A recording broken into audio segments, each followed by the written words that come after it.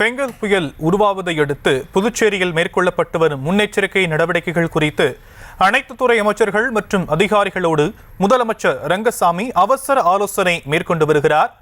அந்த காட்சிகளை நாம் பார்த்து கொண்டிருக்கிறோம். அது குறித்தான விவரங்களை நம்முடைய செய்தியாளர் கிருஷ்ணாவிடம் கேட்கலாம். கிருஷ்ணா, மேலும் விவரம்.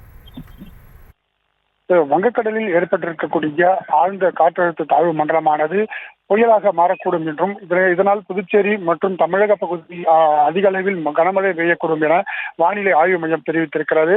இதே போல இந்த கடல் அந்த ஆண்டெழுத்த காற்று மண்டலமானது 510 கிலோமீட்டர் தூரத்தில் புதுச்சேரிக்கு அருகில் இருக்கக்கூடிய நிலையில புதுச்சேரியில் கடந்த 3 நாட்களாகவே கடல் கொந்தளிப்பும் காரணமாக காணப்படுகிறது. கடல் சீற்றம் காரணமாக புதுச்சேரியில் பல்வேறு இடங்களிலும் இந்த பாதுகாப்பு பணியில் காவல்துறையினர் பாதுகாப்பு பணியில் ஈடுபட்டு வருகிறார்கள்.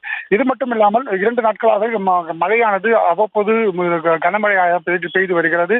நேற்று இரவு முதல் விட்டு விட்டு மழை பெய்து வருகிறது. இதன் காரணமாக புதுச்சேரியில் இந்த பாதுகாப்பு பணிகளானது 2 நாட்களுக்கு மழை நீடிக்கும் என வானிலை மையம் தெரிவித்திருக்கிற நிலையில புதுச்சேரி அரசு துறை சார்பில் முன்னெச்சரிக்கை நடவடிக்கைகளை எடுத்து வருகிறது. இதன் காரணமாக முதலமைச்சர் ரங்கசாமி தலைமையிலான அமைச்சர்கள் மற்றும் அனைத்து துறை அதிகாரிகள் ஆலோசனை கூட்டமானது புதுச்சேரி சட்டசபை வளாகத்தில் நடைபெற்று வருகிறது.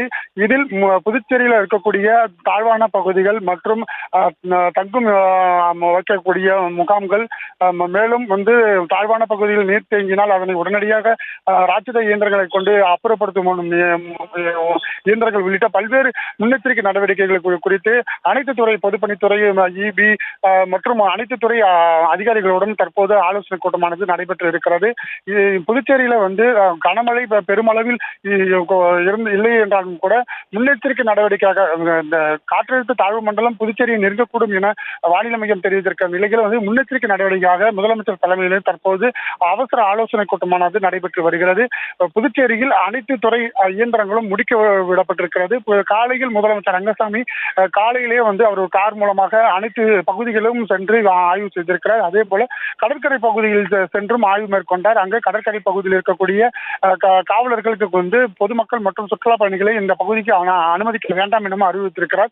அதே போல அனைத்து துறை அதிகாரிகளுக்கும் உடனடியாக அவர் தொடர்பு கொண்டு பாதுகாப்பு முன்னெச்சரிக்கை, அதாவது பொதுமக்கள் எந்த விதத்திலும் பாதிக்கக்கூடாது என்பதற்காகவும் பொதுமக்கள் பாதிக்கப்பட்டால் உடனடியாக அவர்கள் மீட்டு அவர்கள் தங்கும் முகாம்களுக்கு அமைக்க வேண்டும் என உள்ளிட்ட பல்வேறு அறிவுறுத்தலும் கொண்டிருக்கிறார். இந்த நிலையில தற்போது அவசர ஆலோசனை கூட்டமானது தற்போது முதலமைச்சர் தலைமையிலானது நடைபெற்று வருகிறது.